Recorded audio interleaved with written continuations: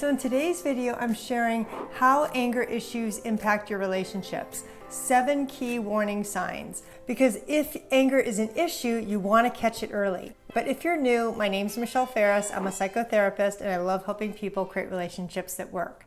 So the first key sign that you might have anger issues is someone in your life has expressed concern about it. This could be your spouse, a family member, a close friend. Somebody is saying to you, hey, I think this is a problem. And many of my clients have told me they heard this for years before getting help.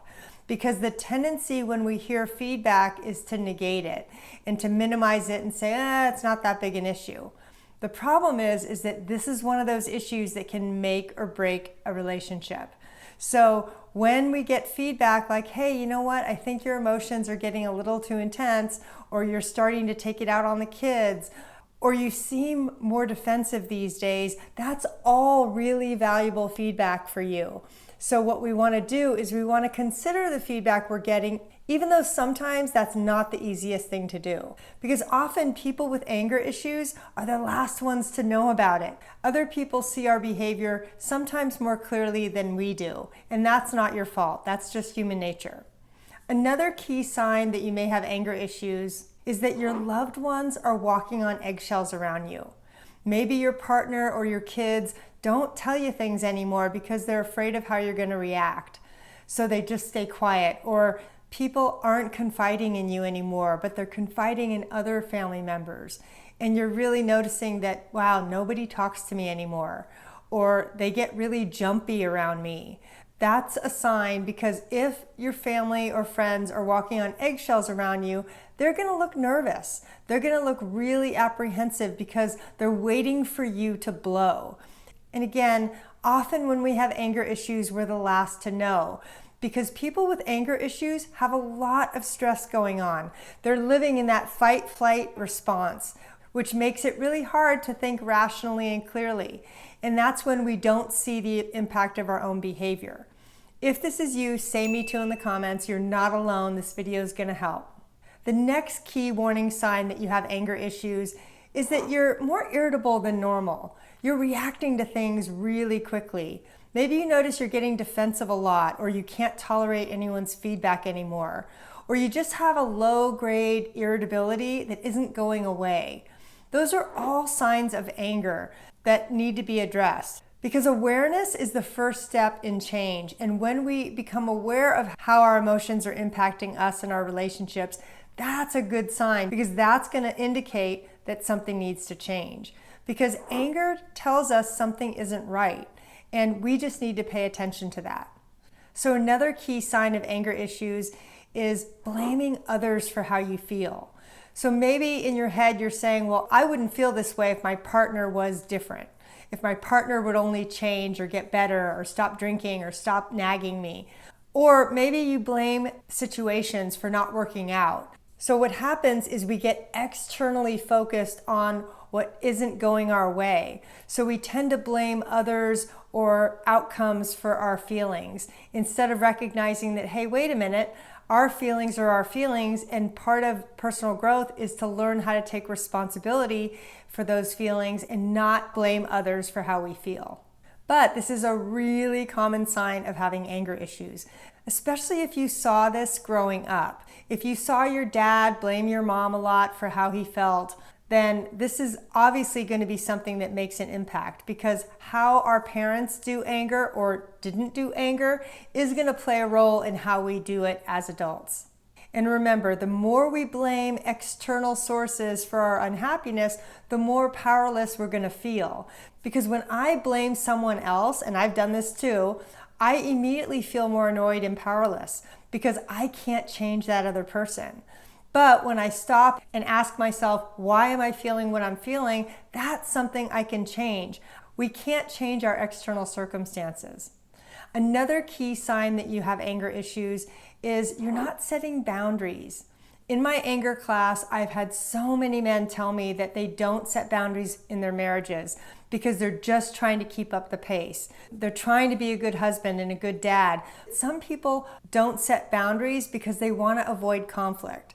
So they do more and they never say no. The problem is that there's a price to pay for that. We end up feeling angry and resentful, even taken advantage of. And those feelings don't go away on their own. So part of what we need to do is we need to recognize again those feelings, because if we're not setting boundaries, that is most likely going to cause anger issues. If this is you, say me too in the comments. You're not alone. You're in the right place.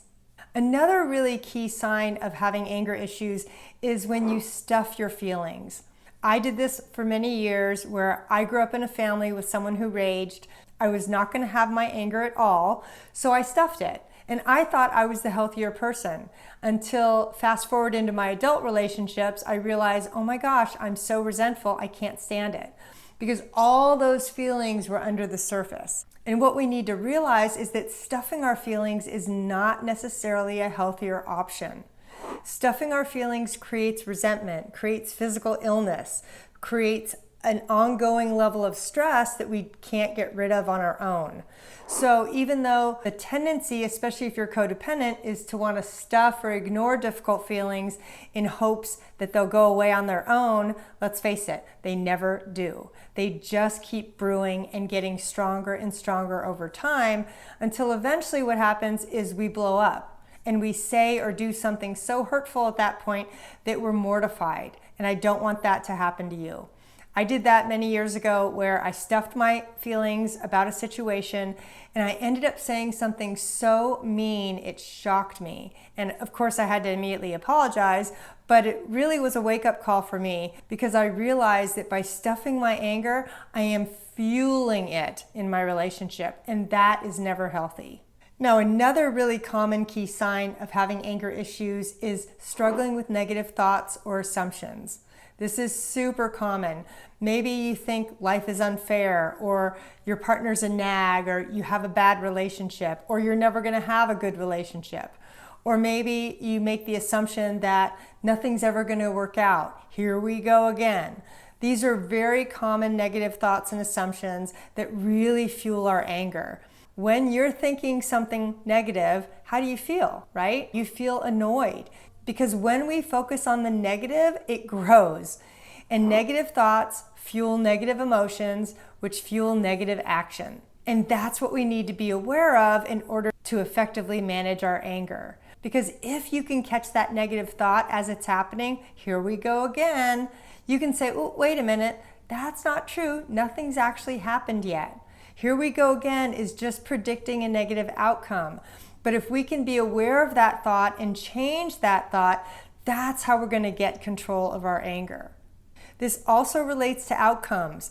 If you're assuming the worst in people, in outcomes, in situations, you're going to not only feel more anger and stress, you're also going to feel more hopeless about life in general, and I don't want that for you.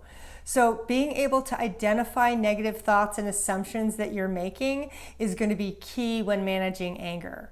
Now, I'm also going to go over this in more detail in my free workshop on 7 keys to creating calm. So check out the link in the description for that. There's also going to be a replay. And if you want a little preview of that, go watch my next video on managing negative thoughts. Thanks so much.